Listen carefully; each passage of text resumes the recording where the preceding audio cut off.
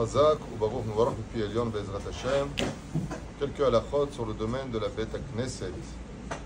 Fi halakha, il est interdit de prier dans une Beth Knesset où il n'y a pas de Rav. Rav Tamid Chacham, Yireh Shamayim, avec une bonne réputation, une personne qui est là pour rapprocher les gens et qui s'efforce de travailler les Shem Shamayim, et non pas le président ou celui qui est le donateur principal parce qu'il a payé. Chaz Shalom, c'est lui qui dicte les lois dans la synagogue.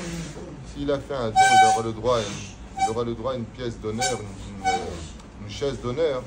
Mais en ce qui concerne les lois, chacun sa place. Quand on n'est pas médecin, on ne s'avise pas être médecin.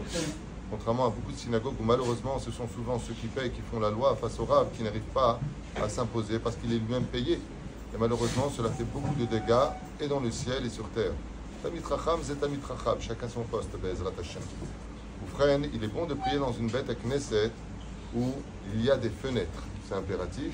La prière est beaucoup mieux reçue selon la Kabbale dans ce domaine. Et bien sûr, le point principal, que dans ces Beth Knesset, on se taise. Par Hazve Shalom, on se croit à la bourse ou au café, on est content de se rencontrer et on parle pendant le Kaddish, la Kedusha ou le Sefer Torah, qui sont des moments extrêmement graves, qui détruisent le mazal et qui apportent la mort, selon la Gemara, dans la ville. Ça apporte des maladies dans la ville, et plus que cela encore.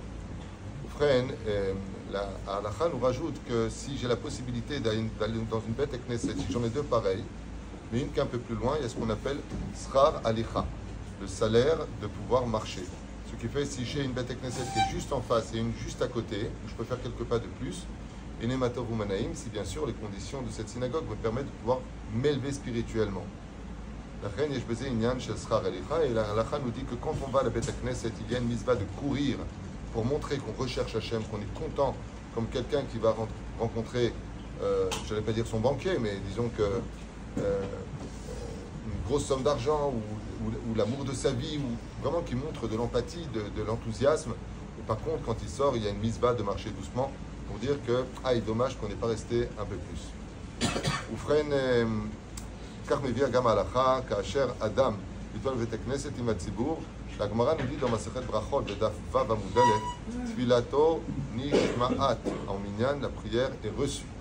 Et c'est pour cela que même si une personne malheureusement aurait raté de prier en Minyan, Titpalelna Bevet Knesset, la Kedusha de la Bet Knesset, comme c'est marqué, Vashuli Migdash V'Shachanti Betocham, faites-moi un sanctuaire que je réside parmi vous, et Bet Knesset indique de Migdash Muad, ce qui fait que s'il prie à la même place, comme d'habitude, et que malheureusement il a raté le Minyan, alors il est préférable pour lui de prier à la Beth Knesset et pas à la maison, surtout pas à la maison, par rapport à ça. Seulement, s'il n'y a personne, il est préférable d'aller prier dans un autre minyan que de prier seul à la Beth Knesset, un endroit où on prie. Entre l'un et l'autre, il n'y a pas photo.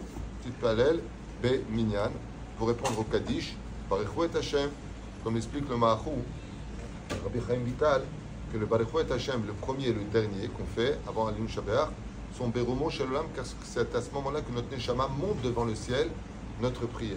À la fin de l'Efasfes de Metav Yecholtenu, Be'ezrat Hashem, l'occasion de pouvoir prier en Minyan. À l'écart que Resh Lakish nous dit que tout celui qui a une bête à Knesset dans sa ville et qu'il n'y va pas prier, c'est lui que on dit c'est un mauvais voisin, ce qui est marqué dans la 12e Mishnah ou 11e Mishnah, ça dépend des livres de Masechet Avot, Perek Bet, Tistalek Mishachenra. C'est un mauvais voisin, c'est celui qui a une synagogue et qui n'y va pas. Comme dit le Zohar Akadosh tous les matins, Akadosh Baruch Hu vient voir pourquoi lui n'est pas venu à la Beth Knesset, quelle est la raison de son absence. Car comment Zohar Akadosh, le créateur, pas les anges, le créateur du monde lui-même vient voir pourquoi tu n'es pas debout, pourquoi tu t'es pas levé. La vraie réponse, c'est pas parce que je suis fatigué, c'est parce que j'ai pas envie. Parce que quand il y a les sirènes, on se lève tous, et pourtant on n'a pas envie de se lever. Seulement c'est important, on a peur. Azachen, Manora Makom Azeh. On va s'arrêter là parce que ce sera trop long sinon. Comme dans cette synagogue qui est petite mais merveilleuse, parce qu'on passe, si Dieu veut, dans la construction du Grand Binyan, dans cette extraordinaire ambiance où s'il y a du respect, on répond Amen, Yesh Meraba. On ne dit pas It Kadal, mais It Gadal. Bravo pour ce matin. En général, tout le monde dit It Kadal. C'est Tsareno Rav qui ne veut absolument rien dire. Et la reine Bezrat Hashem. À la shekel bevet Knesset, de garder le silence dans une synagogue, c'est une preuve que Béhémet, on a de la Yirat Shamayim. Celui qui se pense, il a le droit de parler, de raconter sa vie sous prétexte qu'il est dans une bonne ambiance, qu'il est déjà à la synagogue. C'est valable pour celui qui fait tchouva, qui rentre dans la synagogue, il n'a pas l'habitude. Alors lui, il ne sait pas ce que c'est, il parle. Au bout d'un an et demi, 2 ans, tu vois ce que c'est la prière. Léa Kadosh. Exactement.